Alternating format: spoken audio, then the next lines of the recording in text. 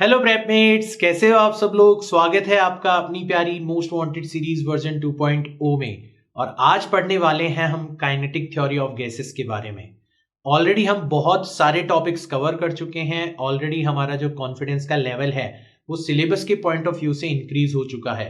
अब exam temperament के point of view से अगर कॉन्फिडेंस को इंक्रीज करना है तो आपको टेस्ट सीरीज जो है उसके लिए अप्लाई करना चाहिए। तो आई वुड रिकमेंड कि आप प्रेप ऑनलाइन के ऊपर जो chapter wise test series available करवाई गई है उसके ऑप्शन को ऑप्ट करें। और अगर आप इस कूपन कोड को अप्लाई करते हो PHY25 को, तो ये टेस्ट सीरीज और प्रेप ऑनलाइन के ऊपर अदर कोई भी प्रोडक्ट आप लेते हो तो उसके ऊपर आपको मिलेंगे कुछ बेनिफिट्स। तो शुरू करते हैं आज का वीडियो। देखो, अगर हम काइनेटिक थ्योरी ऑफ गैसेस की बात करें तो उसकी जो शुरुआत है वो बेसिकली डिफरेंस के साथ होती है कि आखिर में गैसेस और उसमें भी रियल गैस और ideal gas, solids and liquids, इनके बीच में डिफरेंस क्या होता है। तो इनके बीच का जो डिफरेंस है उसका सबसे इंपॉर्टेंट फैक्टर है इंटरमॉलिक्यूलर फोर्स। सॉलिड्स के अंदर दो मॉलिक्यूल्स के बीच में बहुत स्ट्रॉन्ग फोर्स होता है, इसीलिए उसकी साइज एंड शेप जो है वो फिक्स रहती है। लिक्विड के अंदर वो थोड़ा सा कम हो जाता है। रियल गैसेस के लिए वो बहुत कम होता है और आइडियल गैसेस के लिए हम उसको क्या मानते हैं, जीरो मानते हैं। इसीलिए आइडियल गैस एक आइडियल फिनोमिना है, राइट। अब जितना इंटरमॉलिक्यूलर फोर्स होगा, जितना स्ट्रॉन्ग फोर्स से दो मॉलिक्यूल्स एक दूसरे से बाउंड होंगे, उनकी पोटेंशियल एनर्जी उतनी ही ज्यादा नेगेटिव होगी।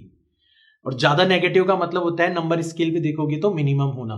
तो सॉलिड्स की पोटेंशियल एनर्जी मिनिमम होती है, यानी कि सबसे ज्यादा नेगेटिव। फिर लिक्विड्स की थोड़ी सी कम नेगेटिव। फिर रियल गैसेस की बहुत कम नेगेटिव। और अगर आप आइडियल गैस के बारे में बात करोगे तो वहां पर तो कोई इंटरमॉलिक्यूलर फोर्स है ही नहीं, तो पोटेंशियल एनर्जी की वैल्यू कितनी हो जाती है, जीरो। बट ध्यान देना, अगर कोई पूछे कि बताओ पोटेंशियल एनर्जी किस स्टेट ऑफ मैटर के लिए मैक्सिमम होती है, तो आपको ध्यान रखना है जीरो जो है वो मैक्सिमम वैल्यू है उसकी, राइट, पोटेंशियल एनर्जी की, क्योंकि बाकी सबके लिए तो वो नेगेटिव है। तो मैक्सिमम होती है गैसेस के लिए, आइडियल गैसेस के लिए, और मिनिमम होती है सॉलिड्स के लिए। ठीक है। अब क्योंकि आइडियल गैसेस के लिए जो पोटेंशियल एनर्जी है वो जीरो है, इसका मतलब है उसकी जो इंटरनल एनर्जी होगी, इंटरनल एनर्जी का मतलब है sum of potential energy of all the molecules and sum of kinetic energy of all the molecules. तो पोटेंशियल एनर्जी तो जीरो है, तो इंटरनल एनर्जी केवल और केवल किसके इक्वल हो जाएगी, काइनेटिक एनर्जी के इक्वल हो जाएगी। और काइनेटिक एनर्जी डिपेंड करती है टेम्परेचर के ऊपर। तो आप आइडियल गैसेस के लिए ये कह सकते हो कि आइडियल गैसेस की जो इंटरनल एनर्जी है वो केवल और केवल किसके ऊपर डिपेंड करती है, टेम्परेचर के ऊपर। टेम्परेचर बढ़ाओगे इंटरनल एनर्जी बढ़ जाएगी, टेम्परेचर घटाओगे इंटरनल एनर्जी कम हो जाएगी, राइट। आइडियल गैसेस के लिए आप ये कह सकते हो। और आइडियल गैस के इसी बिहेवियर को इन दो इक्वेशंस के द्वारा आप आसानी से दिखा सकते हो। PV is equal to μRT अगर आप नंबर ऑफ मोल्स की फॉर्म में लिखते हो, and PV is equal to NKT अगर आप नंबर ऑफ मॉलिक्यूल्स की फॉर्म में लिखते हो। ध्यान रखना, यहां पर जो ये म्यू है इसको दो अलग अलग तरीके से लिखा जा सकता है। आइदर इसको लिखा जा सकता है N/N0, यानी कि number of molecules divided by number of molecules in 1 मोल। और एक मोल में कितने मॉलिक्यूल्स होते हैं, 6.022 इंटू 10⁻23। एवोगैड्रोस नंबर सबको पता है, ठीक है। या फिर इसको कई बार मास की फॉर्म में भी लिख दिया जाता है, mass divided by molecular mass, जो मॉलिक्यूलर वेट होता है उसकी फॉर्म में भी लिखा जा सकता है। तो आप इस म्यू की इंफॉर्मेशन इस फॉर्म में भी यूज कर सकते हो, इस फॉर्म में भी यूज कर सकते हो, और इन दोनों इक्वेशंस को अलग अलग तरीके से लिखने की कोशिश कर सकते हो। तो क्वेश्चन में जिस तरीके की इंफॉर्मेशन आपको दी जाए, आपको बेसिक इंफॉर्मेशन याद रखनी है, ये इंफॉर्मेशन ध्यान रखनी है, और फिर आप चाहे जिस तरीके से मोल्ड कर सकते हो इस इक्वेशन को। यहां पर आपको पता होगा R जो है वो गैस कांस्टेंट कहलाता है, इसकी वैल्यू होती है 8.31 जूल पर मोल इनटू केल्विन। और K जो है वो बोल्ट्जमैन कांस्टेंट कहलाता है, और इसकी वैल्यू होती है 1.38 इंटू 10⁻23, ठीक है ना। अगर आपको ये दोनों इक्वेशंस और इसके साथ खेलना आ गया तो आप ये मान के चलो कि इस चैप्टर के और अगले चैप्टर में जो थर्मोडायनेमिक्स के जो कुछ क्वेश्चंस है वो आप आसानी से सॉल्व कर जाओगे। क्वेश्चंस के अंदर हम इस बात को प्रूव करने की कोशिश करेंगे। फिर गैसेस के जो बिहेवियर है उसको, हालांकि हमने इन इक्वेशंस की फॉर्म में लिख दिया, बट फिर भी इन इक्वेशन से भी पहले जो केवल और केवल बिहेवियर था उनको इन डिफरेंट डिफरेंट लॉज के द्वारा एक्सप्लेन किया जाता था। पहले काइनेटिक थ्योरी ऑफ गैसेस नहीं थी, उससे पहले की बात है ये, राइट। तो लोगों ने जस्ट केवल गैस देखी थी और उसको बाहर बाहर से देख के उसके बिहेवियर को एक्सप्लेन करने की कोशिश कर रहे थे। तो सबसे पहले बॉयल्स लॉ आया था, उन्होंने ये बताया था कि अगर गैस का अमाउंट और टेम्परेचर कांस्टेंट रहता है तो गैस का जो वॉल्यूम है वो प्रेशर के इनवर्सली प्रोपोर्शनल होगा, यानी कि प्रेशर और वॉल्यूम का जो मल्टीप्लीकेशन है वो हमेशा कांस्टेंट रहेगा। ध्यान रखना, इसमें आपको ध्यान रखना है कंडीशन क्या है और इक्वेशन क्या है। आप क्वेश्चंस के अंदर इन्हीं दोनों चीजों के बेसिस पे इसको अप्लाई कर सकते हो।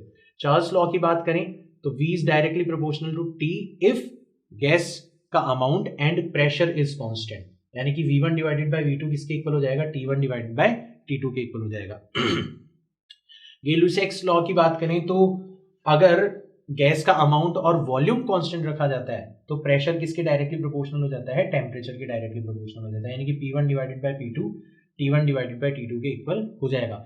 अब आप अगर कंफ्यूज हो जाते हो इन लॉज के अंदर, राइट, तो आप केवल इस इक्वेशन के बेसिस पे जा सकते हो। जैसे पहले में कहा गया है कि टेम्परेचर कांस्टेंट है, अमाउंट कांस्टेंट है, R तो कांस्टेंट होता ही है, तो प्रेशर और वॉल्यूम का प्रोडक्ट क्या हो जाएगा, कांस्टेंट हो जाएगा, प्रेशर वॉल्यूम के इनवर्सली प्रोपोर्शनल हो जाएगा।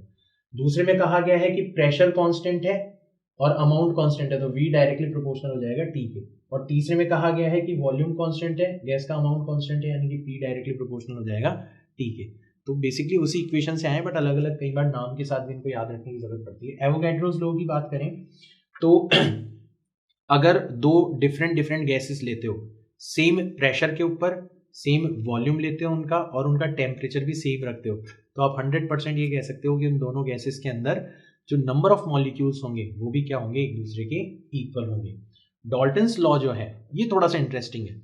अगर आपने एक कंटेनर लिया, उसके अंदर आपने पहले एक गैस डाली और कंटेनर की वॉल्स पर लगने वाला प्रेशर था P1, इसको बोला जाता है पार्शियल प्रेशर। फिर उसको बाहर निकाल लिया, दूसरी गैस डाली, उसने जो कंटेनर की वॉल्स पर प्रेशर लगाया वो P2 लगाया। ऐसे तीसरी डाली, चौथी डाली, पांचवी डाली, आपने n गैसेस डाली, तो P1 P2 P3 up to Pn, ये सारे के सारे क्या है, पार्शियल प्रेशर्स हैं। अब आप अगर इन सारी की सारी गैसेस को एक साथ उस सेम कंटेनर के अंदर डाल दोगे सेम टेम्परेचर के ऊपर, तो फिर वॉल्स के ऊपर जो लगाया जाने वाला प्रेशर होगा वो इन सारे के सारे पार्शियल प्रेशर्स के सम के इक्वल होगा। ये बहुत इंपॉर्टेंट है, इसको क्वेश्चंस के अंदर जब हम अप्लाई करना सीखेंगे तो आप देखोगे कि अच्छे लेवल के जो क्वेश्चंस है वो इस लॉ के ऊपर आते हैं, हालांकि आपको बहुत आसान लगेंगे, राइट। हो गैस के मॉलिक्यूल्स जो हैं वो रैंडमली डिस्ट्रीब्यूटेड होते हैं, उनकी वेलोसिटी हर पॉसिबल वैल्यू की रैंडम डायरेक्शंस के अंदर अवेलेबल होती है। तो अगर उनकी एवरेज वेलोसिटी निकालने की कोशिश करोगे आप, तो वो हमेशा आपको कितनी मिलेगी, 0 मिलेगी एवरेज वेलोसिटी। तो जब एवरेज किसी भी क्वांटिटी का 0 आता है तो बेटर एवरेज लेने के लिए हम रूट मीन स्क्वायर लेते हैं, उसका रूट मीन स्क्वायर वैल्यू बोला जाता है। तो वेलोसिटी की जो रूट मीन स्क्वायर वैल्यू है, आप ध्यान रखना, वो √3p डिवाइडेड बाय रो के इक्वल होगी, या प्रेशर ध्यान रख सकते हो 1/3 रो इंटू VRMS स्क्वायर के इक्वल होगा। कोई भी एक फॉर्मूला ध्यान रख लो, उसके बेसिस पे सारे के सारे फॉर्मूलाज जो है वो डिराइव किए जा सकते हैं। अभी जो P अपॉन रो है, P अपॉन रो का मतलब होता है मास पर वॉल्यूम, तो V ऊपर चला जाएगा, फिर PV की जगह आप रख सकते हो mu into R into T divided by M, ठीक है। और M जो है या म्यू जो है उसकी जगह आप रख सकते हो mass divided by molecular mass times RT divided by M से M कट जाएगा और इसकी वैल्यू आ जाएगी RT डिवाइडेड बाय MW। तो ध्यान दो, P अपॉन रो फॉर्मूला कोई सा भी एक ध्यान रख लो, फिर ध्यान रखो P अपॉन रो को घूम फिर के किसके इक्वल लिखा जा सकता है, RT डिवाइडेड बाय MW के इक्वल लिखा जा सकता है, कर दिया। या फिर घूम फिर के किसके इक्वल लिखा जा सकता है, KT अपॉन स्मॉल m एक मॉलिक्यूल का मास है, और जब आप इसको कैलकुलेट करोगे तो 1.73 root KT divided by M के इक्वल आ जाएगा। मैं रिकमेंड करूंगा कि आप इन सारे के सारे फॉर्मूलास को ध्यान रख ले, क्योंकि क्वेश्चंस के अंदर डायरेक्ट यूज किए जाते हैं। अगर आप मीन स्पीड की बात करते हो, ध्यान रखना ये मीन वेलोसिटी थी, इसमें डायरेक्शन इंक्लूडेड थे। मीन स्पीड में क्या होगा, अपन केवल और केवल वेलोसिटी के मैग्नीट्यूड्स ऐड कर रहे हैं, तो वो किसके इक्वल आता है, 8/π। जैसे यहाँ पे 3 था ना, यहाँ पे 8/π आ जाएगा, सारे के सारे फॉर्मूलाज वैसे के वैसे, ठीक है। 8/π RT upon MW, 8/π KT upon M, ठीक है। और जो तीसरी तरीके की वेलोसिटी है उसको कहा जाता है मोस्ट प्रोबेबल वेलोसिटी, यानी कि अलग अलग पार्टिकल्स की वेलोसिटी अलग अलग हो सकती है। ऑन एन एवरेज वो आरएमएस स्पीड के साथ ट्रेवल करते हुए दिखाई देते हैं, बट अगर आप उनकी वेलोसिटीज को प्लॉट करो तो जो सबसे ज़्यादा प्रोबेबिलिटी है जिस वेलोसिटी के साथ आपको मैक्सिमम पार्टिकल्स ट्रेवल करते हुए दिखाई देंगे वो ये वाली होगी। तो यहाँ पर 3 है तो यहाँ पर कितना आ जाता है, 2 आ जाता है। ठीक है, इतना आपको ध्यान में रखना है। तो 2p/ρ, फिर आगे के फॉर्मूलाज तो आप आसानी से कन्वर्ट कर ही लोगे। तो ये 4 तरीके की वेलोसिटीज हैं, चारों में से किसी भी एक के बारे में इंफॉर्मेशन दी जा सकती है, बाकी आप आसानी से कैलकुलेट कर सकते हो। तो गैस के मॉलिक्यूल्स की वेलोसिटी को इन 4 डिफरेंट कैटेगरीज के अंदर मेंशन किया जा सकता है। सबसे ज्यादा जो आपको मिलेगा, और जब तक कहा नहीं जाए आपको ये मानना है कि जो वेलोसिटी दे रखी है वो RMS velocity, RMS speed, right. ठीक है। तो ये जितने भी रिजल्ट है कि हर मॉलिक्यूल की वेलोसिटी के बारे में आप बात कर रहे हो, इसीलिए इसको बोला जाता है माइक्रोस्कोपिक। आप हर मॉलिक्यूल के लेवल पर जाकर बात कर रहे हो, इसीलिए काइनेटिक थ्योरी ऑफ गैसेस जो है वो माइक्रोस्कोपिक व्यू प्रेजेंट करती है टेम्परेचर की, प्रेशर की, वॉल्यूम की, आखिर में बेसिकली क्वांटिटीज है क्या। ठीक है, चलो नेक्स्ट चीज देखते हैं अपन। ये फॉर्मूलाज आपको ध्यान हो जाएंगे तो अब आगे का काम बहुत आसान है। फिर जब आप थोड़ा बहुत काइनेटिक थ्योरी ऑफ गैसेस को समझ चुके होते हो तो फिर आपको डिग्री ऑफ फ्रीडम के बारे में पता चलता है, जिसको आप स्पेसिफिक हीट से जाके रिलेट कर सकते हो। तो डिग्री ऑफ फ्रीडम का मतलब है कि गैस का जो मॉलिक्यूल है वो कितनी पॉसिबल डायमेंशंस के अंदर अपनी एनर्जी कंटेन कर सकता है।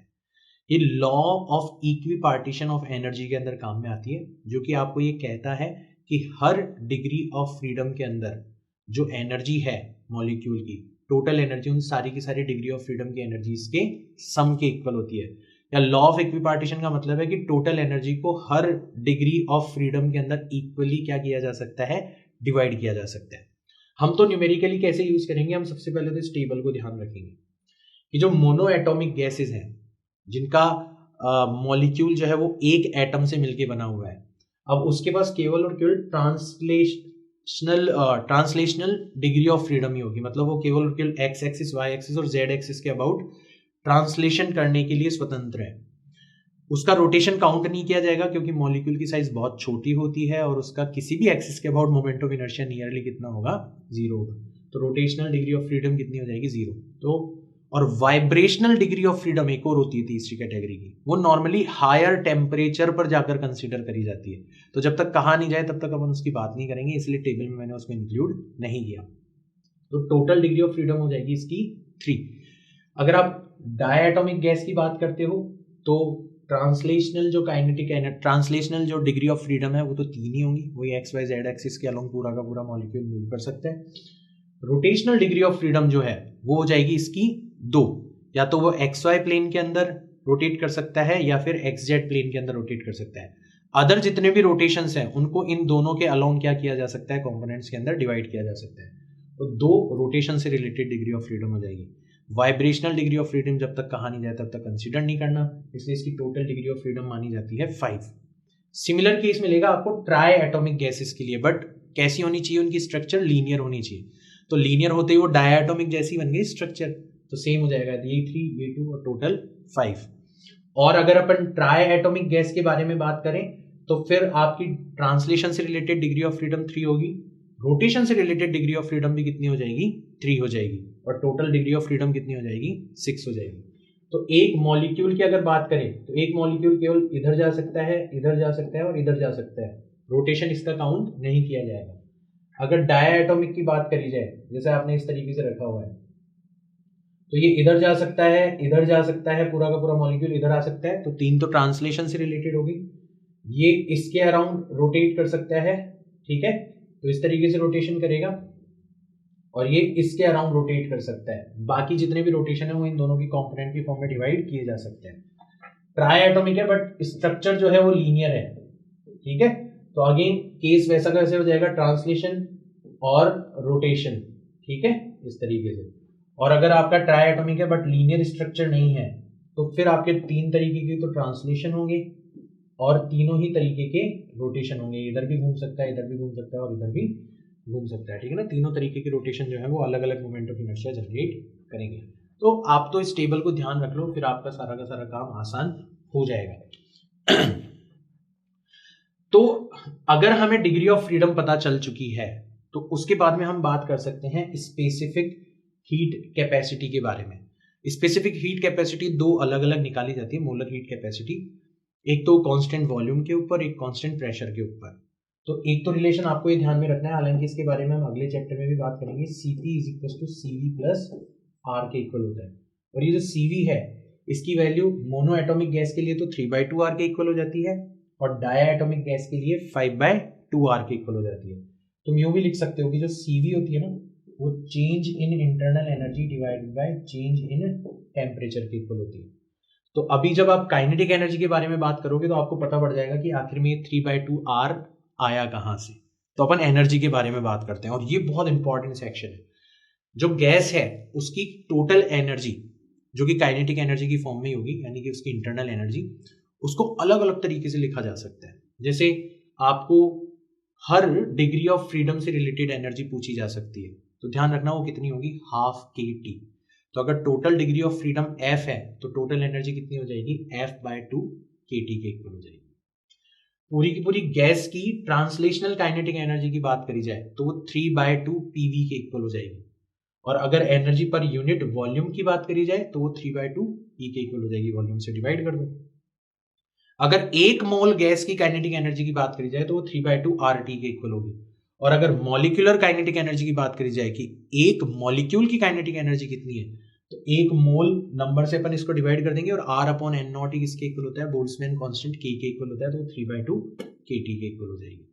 अब ये जो मोलर काइनेटिक एनर्जी है, ठीक है, इसका अगर आप टेम्परेचर के साथ डिफरेंशिएशन करोगे तो क्या बचेगा, 3/2 R बचेगा।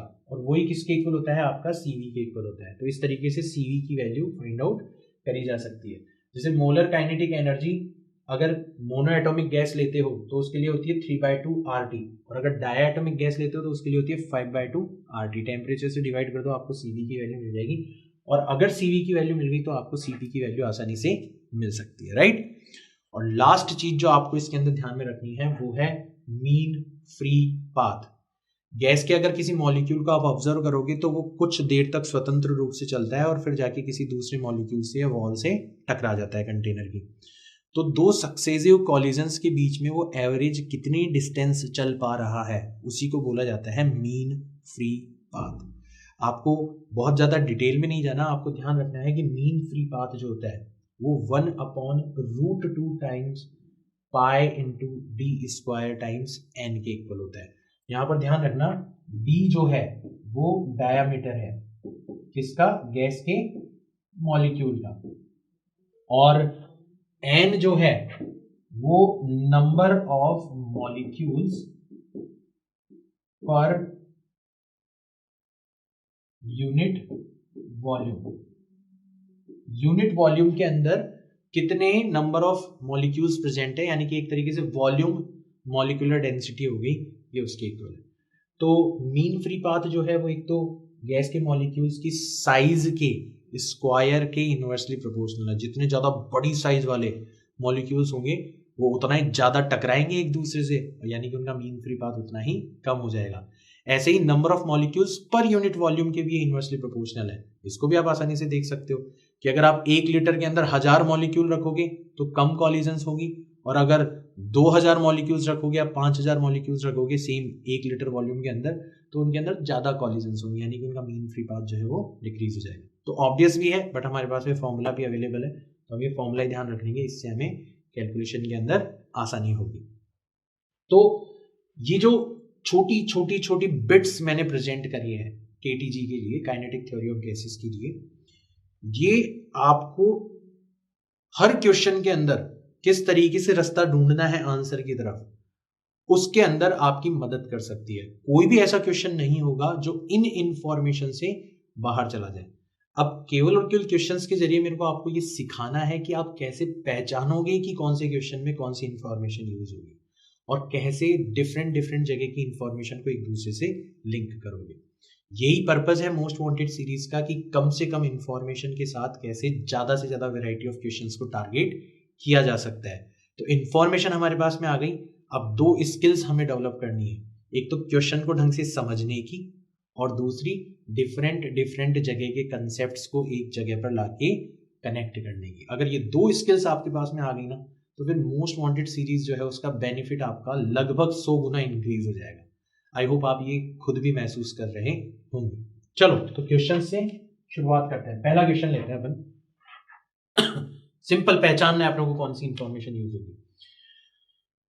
Equal volume of H2, O2 and He gases are at same temperature. तो अंडरलाइन करो, वॉल्यूम उनका इक्वल है, टेम्परेचर भी उनका सेम है और प्रेशर भी उनका सेम है। Which of these will have large number of molecules. तो यहां पे आपको एवोगैड्रोस प्रिंसिपल याद आ रहा होगा। उन्होंने कहा था कि अगर सेम प्रेशर, सेम वॉल्यूम और सेम टेम्परेचर पर आप डिफरेंट डिफरेंट गैसेस को कंसीडर करते हो तो उनके नंबर ऑफ मॉलिक्यूल्स भी सेम होते हैं। डायरेक्ट आप लगा सकते हो क्योंकि प्रेशर, टेम्परेचर और वॉल्यूम सेम है तो नंबर ऑफ मॉलिक्यूल्स भी क्या हो जाएंगे, सेम हो जाएंगे। डायरेक्ट इंफॉर्मेशन यूज करी जा रही है बट क्वेश्चन को समझना है आपको अच्छे से। नेक्स्ट क्वेश्चन देखते हैं। A box contains n molecules of a gas. If the number of molecules is doubled, then pressure will be. तो एक बॉक्स दिया गया है आपको, कंटेनर की साइज फिक्स कर दी, तो इससे आप क्या पता लगा सकते हो कि उसका जो वॉल्यूम है वो कांस्टेंट है। तो सबसे पहली चीज तो आपको ये पता लगानी थी कि इस क्वेश्चन में छुपा के ये कहा गया है कि जो वॉल्यूम है वो क्या है, कांस्टेंट है। टेम्परेचर के बारे में बात नहीं करी गई तो टेम्परेचर भी आप क्या मान लोगे, कांस्टेंट मान लोगे। ठीक है, नॉर्मली गैस निकाली या भरी जा रही है तो टेम्परेचर वैसे भी चेंज नहीं किया जा रहा। इक्वेशन होती है आपकी P V is equal to mu R T. देखो टी कांस्टेंट हो गया, आर यूनिवर्सल कांस्टेंट है और वी भी कांस्टेंट हो गया, तो पी जो है वो डायरेक्टली प्रोपोर्शनल हो जाएगा म्यू की, और म्यू जो है वो डायरेक्टली प्रोपोर्शनल होता है नंबर ऑफ मॉलिक्यूल्स की। भाई n अपॉन n नॉट ही तो होता है, n नॉट तो कांस्टेंट है। तो आप ये कह सकते हो कि अगर नंबर ऑफ मॉलिक्यूल्स को डबल कर दिया जाएगा तो प्रेशर भी आपका क्या हो जाना चाहिए, डबल हो जाना चाहिए। यानी कि ऑप्शन नंबर सी जो है वो क्या हो जाना चाहिए, करेक्ट ऑप्शन हो जाना चाहिए। तो इंफॉर्मेशन पहचाननी है हमें बस क्वेश्चन से, और लिंक तो आई एम श्योर आप कर दोगे। देखो मोस्ट वांटेड सीरीज आपकी एक तरीके से और हेल्प कर रही है। नॉर्मली जब आप किसी चैप्टर को पढ़ते हो ना तो आप उसको 2 या 3 दिन या 7 दिन तक स्ट्रेच कर देते हो, मतलब टुकड़ों टुकड़ों में पढ़ते हो। तो क्या होता है कि आपके दिमाग में पूरे के पूरे चैप्टर का एज अ होल मैप जो है वो क्रिएट नहीं हो पाता। मैंने उसका तरीका बताया था कि आपको हर चैप्टर के एंड में 1 पेज नोट्स बनाने चाहिए, बट आप में से बहुत सारे बच्चे हैं जो मेरी इस बात को नजरअंदाज करते हो।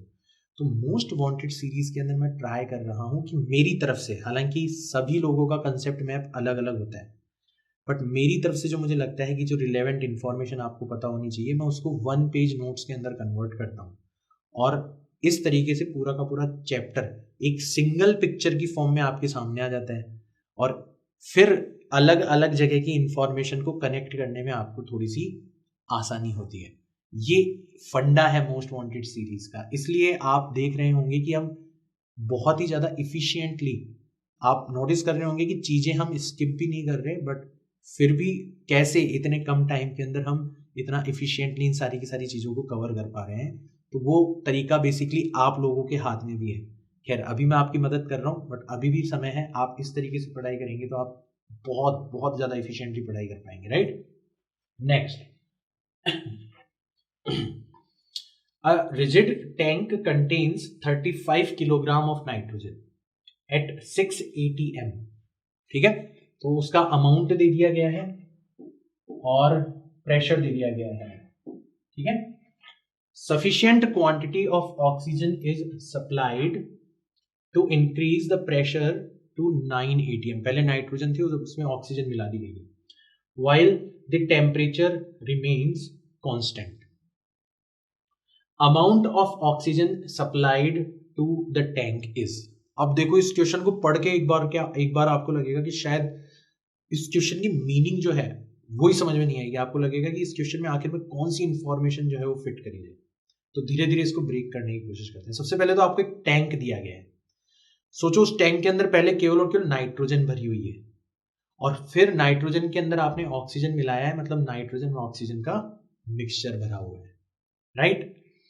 और यहां पर आपको हल्का हल्का सा ग्लिम्स लग गया होगा कि यार थोड़ा थोड़ा, और प्रेशर के बारे में बात करी जा रही है तो थोड़ा थोड़ा डाल्टन्स लॉ जो है वो अप्लाई किया जा सकता है। यहां तक की बात आपको समझ में आई। तो rigid tank contains 35 kilogram of nitrogen at pressure 6 atm। तो अगर अपन नाइट्रोजन के लिए लिखें तो नाइट्रोजन के लिए प्रेशर है कितना, 6 atm। वॉल्यूम अपन ले लेते हैं v, टैंक का जो भी वॉल्यूम है, और म्यू को मैंने लिखा था m/mw भी लिख सकते हो। तो मास आपको दे रखा है 35 किलोग्राम, और मॉलिक्यूलर मास जो होता है नाइट्रोजन का वो कितना होता है, 28 होता है, times r times t। Temperature t ले लिया हमने, टेम्परेचर वैसे भी कांस्टेंट रखा गया। Sufficient quantity of oxygen is supplied to increase the pressure to 9 atm। अब मान लो जो क्वांटिटी डाली गई है, ठीक है, while the temperature remains the constant, तो amount of oxygen supplied to tank is, तो जो ऑक्सीजन डाली गई है उसका अमाउंट अपन मान लेते हैं x। कितने प्रेशर के ऊपर डाली गई है, 9, अच्छा 9 atm तो बनाया गया है प्रेशर। अच्छा, डाल्टन्स पार्शियल प्रेशर के अकॉर्डिंग जो मिक्सचर का प्रेशर होता है वो अलग अलग गैसेस के प्रेशर के इक्वल होना चाहिए। तो 6 atm नाइट्रोजन का था, मिक्सचर का हो गया 9 atm, तो पक्का ऑक्सीजन का पार्शियल प्रेशर कितना रहा होगा, 3 atm रहा होगा। बस यहीं पर क्वेश्चन पकड़ में आ गया।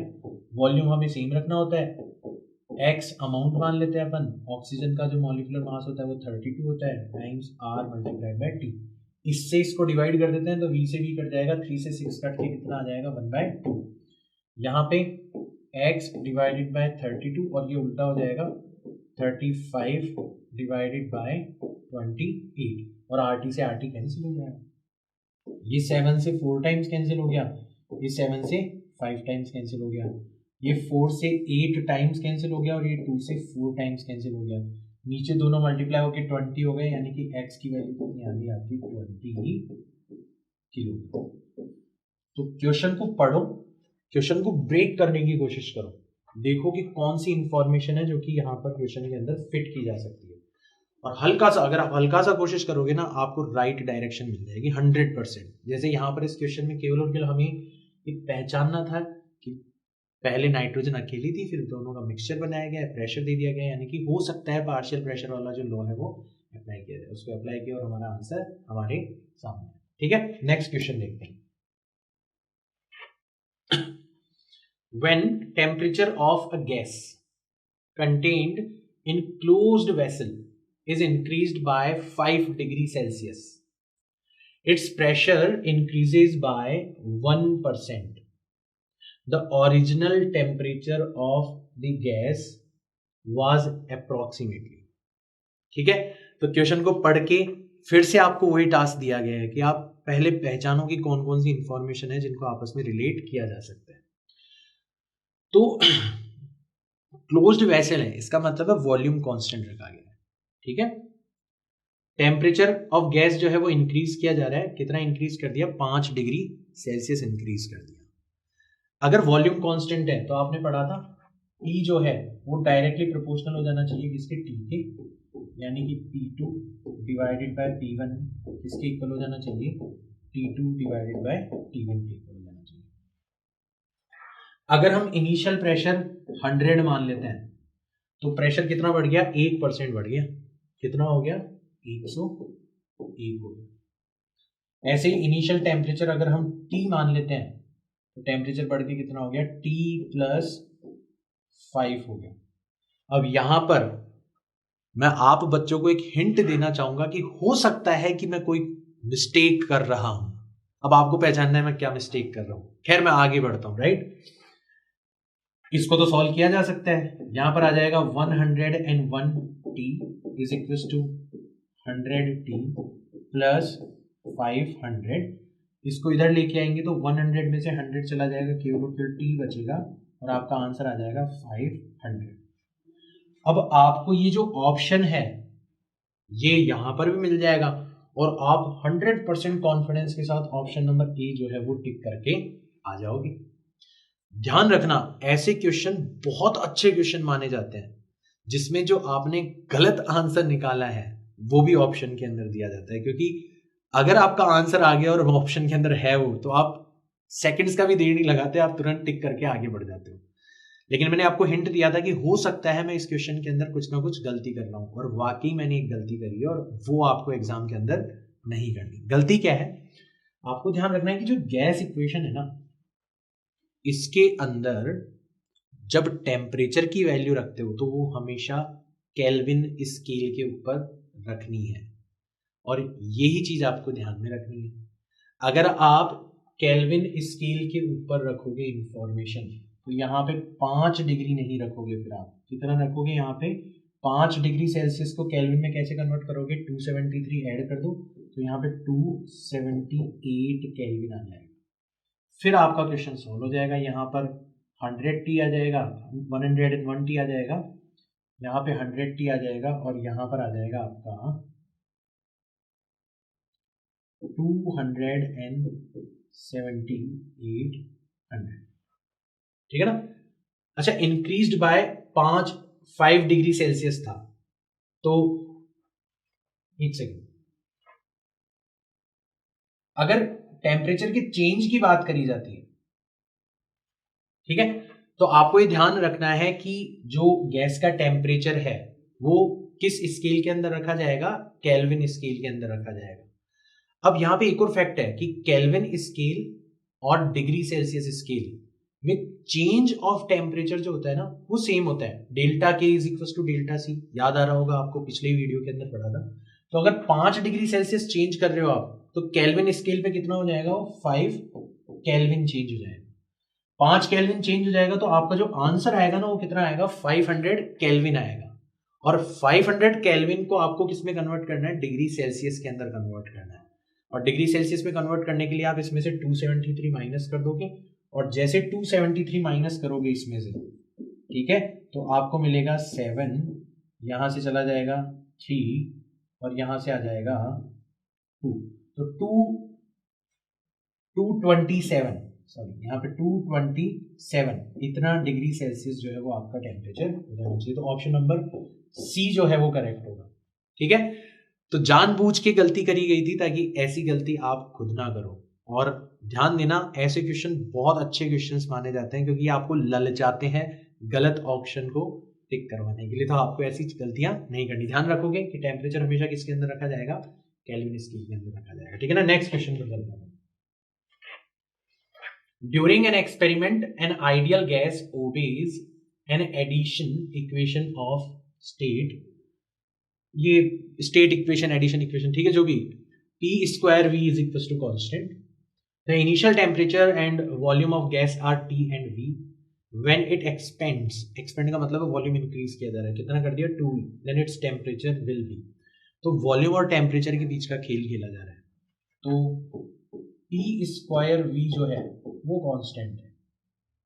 ठीक है, इसको आप ऐसे लिख सकते हो, V से ऊपर और नीचे मल्टीप्लाई कर दो तो PV का whole square divided by V, ये भी किसके इक्वल हो जाएगा, कांस्टेंट के इक्वल हो जाएगा। PV की जगह आप लिख सकते हो म्यू आर टी, तो mu square R square T square upon V, ये किसके इक्वल हो जाएगा, कांस्टेंट के इक्वल हो जाएगा। गैस का अमाउंट चेंज नहीं किया जा रहा और आर तो वैसे ही यूनिवर्सल कांस्टेंट है, तो ये वाली चीज भी कांस्टेंट होगी। तो आप कह सकते हो कि टी स्क्वायर अपॉन वी जो है वो क्या हो जाना चाहिए, कांस्टेंट हो जाना चाहिए।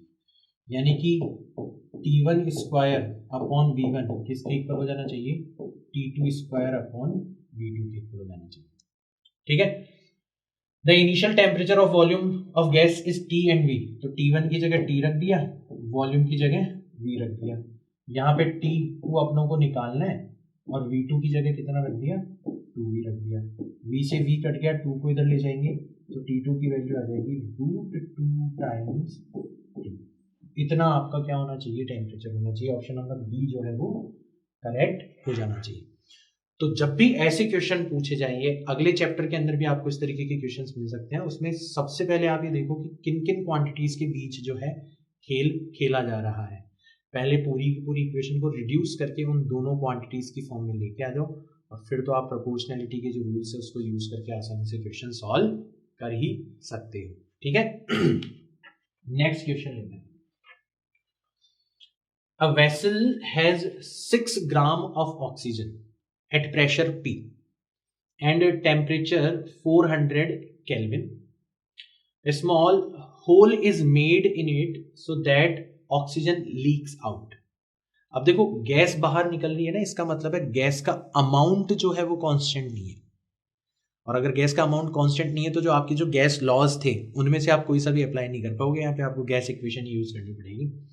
How much oxygen leaks out if the final pressure is P/2 and temperature is 300 Kelvin? तो हम तो गैस इक्वेशन पर चले जाते हैं। पहले देखो वेसल है 6 gram of oxygen at pressure P and temperature 400 Kelvin। तो प्रेशर था P, वेसल का वॉल्यूम मान लेते हैं V, म्यू को अपन लिख सकते हैं m/m0। तो m अपनों को दे रखा है 6 ग्राम्स और m0 जो होता है वो होता है 32 ग्राम्स। 32 होता है, ग्राम्स में तो क्या लिखने की जरूरत नहीं है। तो म्यू की जगह मैंने m/m0 लिख दिया, times gas constant R times temperature कितना है आपका 400 केल्विन। यहां तक की बात आ गई समझ में, कोई दिक्कत नहीं है। और सेकंड केस में क्या हुआ, आपका प्रेशर तो हो गया P/2। अच्छा वेसल अभी भी सेम है तो वॉल्यूम अभी भी क्या रहेगा, V रहेगा। मान लो आपकी x अमाउंट ऑफ ऑक्सीजन जो है वो लीक हो गई, तो यहाँ पर कितनी बच गई, 6 - x बच गई। ये तो अभी भी 32 ही है, टाइम्स R टाइम्स 300 केल्विन। दोनों को डिवाइड कर देते हैं तो इधर PV से PV तो कट जाएगा और 1 डिवाइडेड बाय या 1/2 इससे इसको डिवाइड करते हैं, इससे इसको डिवाइड करेंगे तो PV से PV कट जाएगा और इधर रह जाएगा 1/2 और इससे इसको डिवाइड करेंगे 32 से 32 कट जाएगा, R से R कट जाएगा, इधर तो आ जाएगा 6 - x/6, R से R कट गया और इधर आ जाएगा 300 डिवाइडेड बाय 400। देखो डबल जीरो से डबल जीरो चले गए, ये 3 से 2 टाइम्स 6 कैंसिल हो गया और ये 2 से 2 कैंसिल हो गया। 4 को इधर ले आएंगे तो 4 = 6 - x, x को इधर 4 को उधर ले जाएंगे तो x = 6 - 4 यानी कि 2 ग्राम्स जो है वो आपका आंसर आ जाना चाहिए। तो क्वेश्चन जब आपने पहली बार पढ़ा होगा तब आपको लगा होगा कि यार कोई क्लू ही नहीं है इसके अंदर कि आखिर में करना क्या है, बट हल्का सा आप थोड़ा सा शांति से सोचोगे इस क्वेश्चन के ऊपर, आपको हिंट मिलेगा कि गैस इक्वेशन लगा के देखते हैं अलग अलग कंडीशंस के अंदर क्या मालूम आंसर आ जाए और आपको आंसर आता हुआ भी दिख जाएगा। ठीक है ना, अपने रूल्स अपने जो लॉज हैं उनसे आपको नहीं डगमगाना, मतलब आपको कंडीशंस प्री कंडीशन होती है हर लॉ की। मैंने जैसे यहाँ पे बताया था कि यहाँ पे आप बॉयल्स लॉ और ये सारी की सारी चीजें इसलिए नहीं अप्लाई कर सकते क्योंकि ऑक्सीजन लीक हो रही है, यानी कि गैस का अमाउंट फिक्स नहीं है। ये छोटी छोटी चीजें आपको पता होनी चाहिए, फिर आपको शायद ये क्वेश्चन करने से कोई भी रोक नहीं सकता, राइट। इसका ऑप्शन नंबर 2 जो है मतलब बी जो है वो करेक्ट है, राइट। नेक्स्ट क्वेश्चन पर चलते हैं। The thermodynamic variables of a jar filled with gas A are P, V and T, and in another jar B with another gas 2P, V/4 and 2T, where the symbols have their usual meaning. The ratio of the number of molecules of jar A to those of jar B. ठीक है, तो number of molecules की form में हमारी जो equation हुआ करती थी वो हुआ करती थी PV = NKT। तो जो पहली वाली गैस है उसके लिए प्रेशर P दे रखा है, वॉल्यूम V दे रखा है और टेम्परेचर T दे रखा है। नंबर ऑफ मॉलिक्यूल्स अपन कितने मान लेते हैं, N1 मान लेते हैं। और जो दूसरा जार है उसमें प्रेशर है 2P, उसमें वॉल्यूम है V/4 = नंबर ऑफ मॉलिक्यूल्स अपन ले लेते हैं N2। ये तो चेंज होगा नहीं, यूनिवर्सल कांस्टेंट है। और टेम्परेचर कितना है 2T। तो आपसे पूछा गया है कि the ratio of number of molecules of jar A to jar B, मतलब N1 डिवाइडेड बाय N2 निकालना है। तो इससे इसको डिवाइड कर देते हैं, PV से PV तो कट जाएगा, ठीक है, 4 चला जाएगा ऊपर तो 4 डिवाइडेड बाय 2, इधर आ जाएगा N1 divided by N2, K से K चला जाएगा और यहाँ पे बचेगा 1 डिवाइडेड बाय 2। ये 2 से 4 कैंसिल हो जाएगा, इस 2 को भी उधर ले जाते हैं, तो N1 डिवाइडेड बाय N2 आपको आता हुआ नजर आएगा 4 डिवाइडेड बाय 1, यानी कि ऑप्शन नंबर ए जो है वो आपका क्या हो जाना चाहिए, करेक्ट हो जाना चाहिए। ठीक है, तो रिलेवेंट इंफॉर्मेशन यूज करो, रिलेवेंट इंफॉर्मेशन यूज करोगे तो कभी भी आपका जो क्वेश्चन है वो गलत नहीं होगा। नेक्स्ट क्वेश्चन पर चलते हैं। At constant pressure, hydrogen is having temperature of 327 degree Celsius. Till what temperature it is to be cooled so that the RMS velocity of its molecules becomes half of the earlier value. अब RMS velocity के बारे में आपको जो information याद आ रही होगी temperature की फॉर्म में, वो ये आ रही होगी कि हुआ करती थी 3R T upon M W. देखो 3 और R तो यूनिवर्सल कांस्टेंट है और एम डब्ल्यू इसलिए कांस्टेंट है क्योंकि यहाँ पे गैस को चेंज नहीं किया जा रहा, केवल और केवल उसका टेम्परेचर चेंज किया जा रहा है। तो आप कह सकते हो कि जो RMS स्पीड है वो डायरेक्टली प्रोपोर्शनल होती है रूट ऑफ टेम्परेचर। यहाँ तक की बात आ गई आपको समझ में, यानी कि जो सेकंड कंडीशन के अंदर RMS वेलोसिटी होगी और जो फर्स्ट कंडीशन के अंदर RMS वेलोसिटी है, उनका जो रेशियो है वो simply T2 divided by T1 के इक्वल हो जाएगा। अब आपको बोला गया है कि till what temperature it is to be cooled so that the RMS velocity of its molecules becomes half of the earlier value. तो अगर इस पहली कंडीशन में RMS वैल्यू को V मानते हो तो ये कितनी हो गई, हाफ हो गई, V/2 हो गई। यहां पर टेम्परेचर आपको कितना दे रखा है, T1 आपको दे रखा है 327, और 327 को अगर केल्विन के अंदर कन्वर्ट करोगे तो 273 ऐड कर लेना, 327 और 273 ऐड करोगे तो ये 0, ये भी 0 और ये आ जाएगा 6, तो 600 केल्विन होगा। और T2 जो है वो आपको क्या करना है, फाइंड आउट करना है। ये तो आपको फाइंड आउट करना है till what temperature it is to be cooled so that the RMS velocity of its molecule becomes half of the earlier value. अब देखो V से V कट गया, दोनों तरफ स्क्वायर कर देंगे तो इधर तो आ जाएगा 1/4, T2 अपनों को निकालना है, इधर रह जाएगा 600, यानी कि T2 की जो वैल्यू आएगी वो आ जाएगी 600 डिवाइडेड बाय 4, दैट इज 150। अब ध्यान देना ये जो आंसर आया ना ये केल्विन के अंदर आया।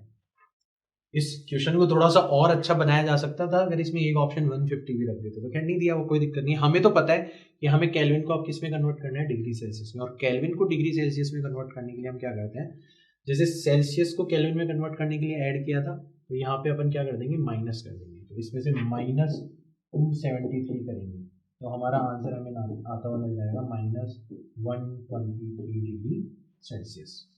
तो आपको अगर RMS स्पीड को हाफ करना है तो आपको टेम्परेचर कहाँ तक ले जाना पड़ेगा, -123 डिग्री सेल्सियस तक लेके जाना पड़ेगा। नेक्स्ट क्वेश्चन देखते हैं। The RMS speed of a gas molecule is 300 meter per second. Calculate the RMS speed of the molecular weight is doubled if the molecular weight is doubled with while temperature is half. तो again हमें जो formula use करना है वो ये वाला use करना है, RMS is equals to √3RT divided by MW। अभी तो फर्स्ट कंडीशन थी, इसमें ये हमें कितनी दे रखी थी, 300 मीटर पर सेकेंड दे रखी थी, तो हमने टेम्परेचर को T मान लिया और मॉलिक्यूलर वेट को हमने कितना मान लिया, MW मान लिया। अब हमारी वेलोसिटी कितनी हो गई, सपोज करो V हो गई, फॉर्मूले के अकॉर्डिंग कितनी होनी चाहिए थी, 3 टाइम्स R। टेम्परेचर क्या कर दिया गया है, हाफ कर दिया गया है, मतलब टेम्परेचर हो गया T डिवाइडेड बाय 2, और मॉलिक्यूलर वेट कितना कर दिया गया है, डबल, यानी कि 2mW। अब इसको अगर आप थोड़ा सा गौर से देखो तो इसको लिखा जा सकता है, ये 2 × 2 4 हो जाएंगे, इसका रूट बाहर आ जाएगा 1/2 √3RT/mW, और इसकी पूरे की जो वैल्यू है वो कितनी है, 300 है। आ जाएगा 1/2 इंटू 300, यानी कि 150 मीटर पर सेकेंड। यानी कि ऑप्शन नंबर बी जो है वो आपका करेक्ट हो जाना चाहिए। तो आई होप आपको थोड़ा बहुत हिंट और थोड़ा बहुत ग्लिम्स मिल रहा होगा कि यार फिजिक्स के अंदर चीज़ों को हम जानबूझ के कॉम्प्लिकेटेड कर देते हैं, हम जानबूझ के स्ट्रेच करते हैं, जबकि इंफॉर्मेशन बहुत कम है, उनके बीच की इंटरलिंकिंग जो है वो हमें पकड़नी है, और शायद फिर क्वेश्चंस जो है किसी भी तरीके के हों वो हमारे हाथ में होंगे। ठीक है, और ये सारे के सारे नीट रिलेवेंट क्वेश्चन है, मतलब आप बिलीव नहीं करोगे कि आपको इसी तरीके का जो क्वेश्चन है ना वो नीट के अंदर मिलेगा। ये तो खैर आपको नीट का एग्जाम देने के बाद में पता चलेगा। The root mean square speed of oxygen molecules O2 at a certain temperature T is V.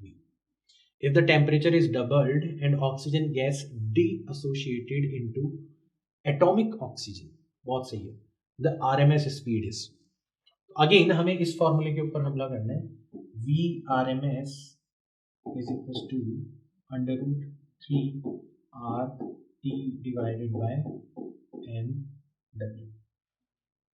अब देखना है यहाँ पर जो ऑक्सीजन है उसका मॉलिक्यूलर वेट होता है 32, और अगर आप एटॉमिक ऑक्सीजन बना दोगे उसको तो उसका मॉलिक्यूलर वेट हो जाएगा 16, यानी कि हाफ हो जाएगा।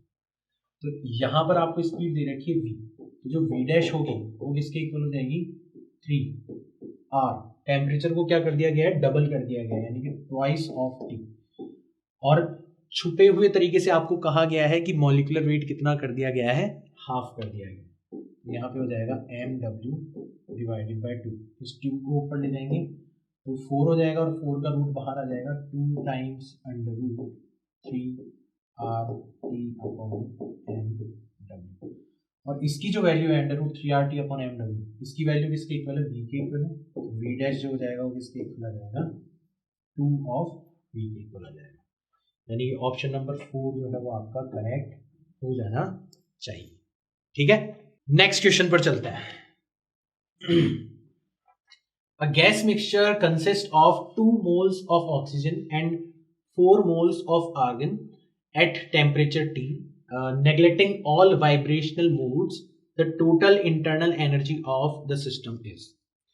तो देखो सबसे पहले इस क्वेश्चन के अंदर आपको ये पकड़ना है कि अगर आप जब एक मिक्सचर के लिए एनर्जी निकालते हो तो सबसे पहले आपको क्या करना है, आपको उस मिक्सचर की स्पेसिफिक हीट कैपेसिटी निकालनी, क्योंकि स्पेसिफिक हीट कैपेसिटी की फॉर्म में अपन आसानी से एनर्जी को लिख सकते हैं।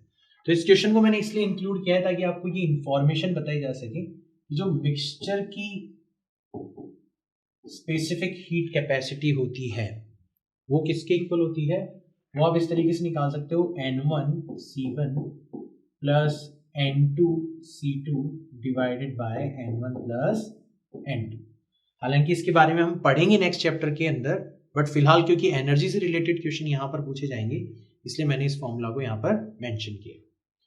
तो सबसे पहले अपन करते हैं N1, तो 2 मोल तो अपनों को किसके दिए हुए हैं, ऑक्सीजन के, तो यहाँ पे 2 मोल्स हो गए ऑक्सीजन के। ऑक्सीजन एक डाया एटॉमिक गैस है तो उसकी जो स्पेसिफिक हीट कैपेसिटी हो जाएगी वो 5/2R के इक्वल हो जाएगी। ऐसे N2 हमें दे रखा है 4 और C2 हो जाएगा आपका 3/2R, क्योंकि ऑर्गन जो है वो एक मोनो एटॉमिक गैस है। डिवाइडेड बाय 2 + 4 करोगे तो कितना आ जाएगा, 6। ये 2 से 2 कट गया, ये 2 से 4 कट गया, ये 5R और ये 6R दोनों ऐड होके 11R डिवाइडेड बाय 6 हो जाएगा। तो ये मिक्सचर की स्पेसिफिक हीट कैपेसिटी हो जाएगी। अब देखो ये किसके इक्वल हुआ करती थी, ये हुआ करती थी इंटरनल एनर्जी पर मोल या मोलर एनर्जी के इक्वल हुआ करती थी, यानी कि 1 मोल की टोटल एनर्जी जो है divided by temperature, absolute temperature, du/dt लिखते थे, यहाँ पे u/t लिखते, कोई दिक्कत नहीं। तो 1 मोल ऑफ दिस मिक्सचर, उसकी जो एनर्जी होगी वो होगी आपकी 11RT डिवाइडेड बाय 6। जो आपने मिक्सचर बनाया है उसके 1 मोल की जो एनर्जी होगी वो कितनी हो जाएगी 11RT डिवाइडेड बाय 6। और आपने जो मिक्सचर बनाया है उसके अंदर कितने नंबर ऑफ मोल्स अवेलेबल हैं, 2 तो ऑक्सीजन के थे और 4 ऑर्गन के थे, तो टोटल नंबर ऑफ मोल्स कितने थे 6। तो आपकी जो टोटल एनर्जी होगी वो किसके इक्वल हो जाएगी 11RT डिवाइडेड बाय 6 टाइम्स 6 के इक्वल हो जाएगी। 6 से 6 कैंसिल हो जाएगा, आपका आंसर आ जाएगा 11RT। तो इस फैक्ट को आपको ध्यान में रखना है जब भी इस तरीके के क्वेश्चंस आपसे पूछे जाते हैं, राइट। तो ऑप्शन नंबर डी जो है वो आपका क्या हो जाना चाहिए, करेक्ट हो जाना चाहिए। लास्ट क्वेश्चन लेते हैं अपन, राइट। केवल और केवल आपको क्वेश्चन के अंदर इंफॉर्मेशन पकड़नी है, ठीक है। देखिए देखते हैं, oxygen and hydrogen gases are at temperature T, then kinetic energy of molecules of oxygen gas is equal to how many times of kinetic energy of molecules of hydrogen gas। तो 2 अलग अलग गैसेस दी हुई है, right, और उनको कहां पर रखा गया है, सेम टेम्परेचर T पर रखा गया है। अब यहां पर आपको याद रखना है कि यार एक मॉलिक्यूल की जो काइनेटिक एनर्जी हुआ करती थी इसको अपन मॉलिक्यूलर काइनेटिक एनर्जी बोला करते थे। वो किसकी इक्वल हुआ करती थी, वो हुआ करती थी 3/2 kT की इक्वल। शर्त यही है कि आपकी जो गैसेस है वो दोनों की दोनों सेम तरीके की होनी चाहिए, जैसे यहाँ पे दोनों डायटोमिक गैसेस है, ठीक है। तो अपन इसको इस तरीके से यूज करते हैं, ठीक है। 3/2 लिख लो, 5/2 लिख लो, मेन चीज जो है वो kT है। अब देखना, अब आप देख लो यार मॉलिक्यूल की जो काइनेटिक एनर्जी है वो तो केवल और केवल किसके ऊपर डिपेंड करती है, एब्सोल्यूट टेम्परेचर के ऊपर डिपेंड करती है, बाकी सारी चीजें तो कांस्टेंट है। यानी कि एक मॉलिक्यूल की काइनेटिक एनर्जी इस बात के ऊपर डिपेंड ही नहीं करती कि आप किस गैस के बारे में बात कर रहे हो, बस गैसेस जो है वो दोनों सेम नेचर की होनी चाहिए, जैसे यहाँ पे दोनों डायटोमिक गैसेस है। तो इससे आप 100% श्योरिटी के साथ ये कह सकते हो कि क्योंकि दोनों का टेम्परेचर सेम है इसलिए ऑक्सीजन हो या हाइड्रोजन हो, दोनों की ही एक मॉलिक्यूल की जो काइनेटिक एनर्जी है वो इक्वल होगी। यानी कि ऑप्शन नंबर सी जो है वो क्या हो जाना चाहिए, करेक्ट हो जाना चाहिए। आप में से बहुत सारे लोग पेन उठा के फॉर्मूला वगैरह अप्लाई करने की कोशिश करोगे, बट इंफॉर्मेशन एक बार आपने पकड़ ली तो आपके लिए क्वेश्चन बाहर नहीं जाएगा। तो ये था काइनेटिक थ्योरी ऑफ गैसेस, और इसके अंदर हमने बहुत ही स्पेसिफिकली इस पूरे के पूरे चैप्टर को भी कवर किया, साथ ही साथ में जो डिफरेंट वैरायटी ऑफ क्वेश्चंस आप नीट के अंदर एक्सपेक्ट कर सकते हो उनको भी सॉल्व करने की कोशिश करी। आप एक बात इस चीज के बारे में ध्यान रखें कि मोस्ट वांटेड सीरीज जो है उसके हर वीडियो को देखने के बाद में आपका सिलेबस के रेस्पेक्ट में कॉन्फिडेंस इंक्रीज हो रहा है या नहीं हो रहा, और आप क्वेश्चंस को किस टेम्परामेंट के साथ अटेम्प्ट कर रहे हो, क्योंकि इंफॉर्मेशन एक सिंगल वीडियो के अंदर पूरी की पूरी जब आपके पास में आ जाती है तो बहुत ही ज़्यादा नेचुरल है कि आपको खुद को क्वेश्चंस करने का मन होता होगा, और इन क्वेश्चंस को आपको दोबारा से प्रैक्टिस करना होता है, क्योंकि वीडियो के अंदर कई बार चीज़ें फास्ट हो जाती है, क्योंकि बहुत कम टाइम के अंदर अपनों को ज़्यादा चीज़ें इंक्लूड करनी है। तो आप सबसे पहले तो क्या करो, इन सारे के सारे वीडियोज़ को एक बार देख लो, फिर जब दोबारा इस वीडियो को प्ले करो तो हर क्वेश्चन को पॉज करके खुद सॉल्व करने की कोशिश करो, भले ही आपको याद है उसी बेसिस पे करो, तो उससे इंफॉर्मेशन एक अच्छे तरीके से आपके दिमाग में बैठ जाएगी, और फिर आप टेस्ट सीरीज जो है उसको अटेम्प्ट कर सकते हो। Chapter wise test series available है प्रेप ऑनलाइन के ऊपर, और वो मोस्ट वांटेड सीरीज के ही पैरेलल तैयार करी गई है। अगर आप इस मोस्ट वांटेड सीरीज को उस टेस्ट सीरीज के साथ कंप्लीट कर लेते हैं हर चैप्टर के लिए, तो शायद नीट के अंदर आपके अच्छे मार्क्स आने से कोई भी नहीं रोक सकता। मेरी बेस्ट विशेस हमेशा आपके साथ में रहेगी। मैं मिलता हूँ आपसे नेक्स्ट वीडियो के अंदर। Thank you.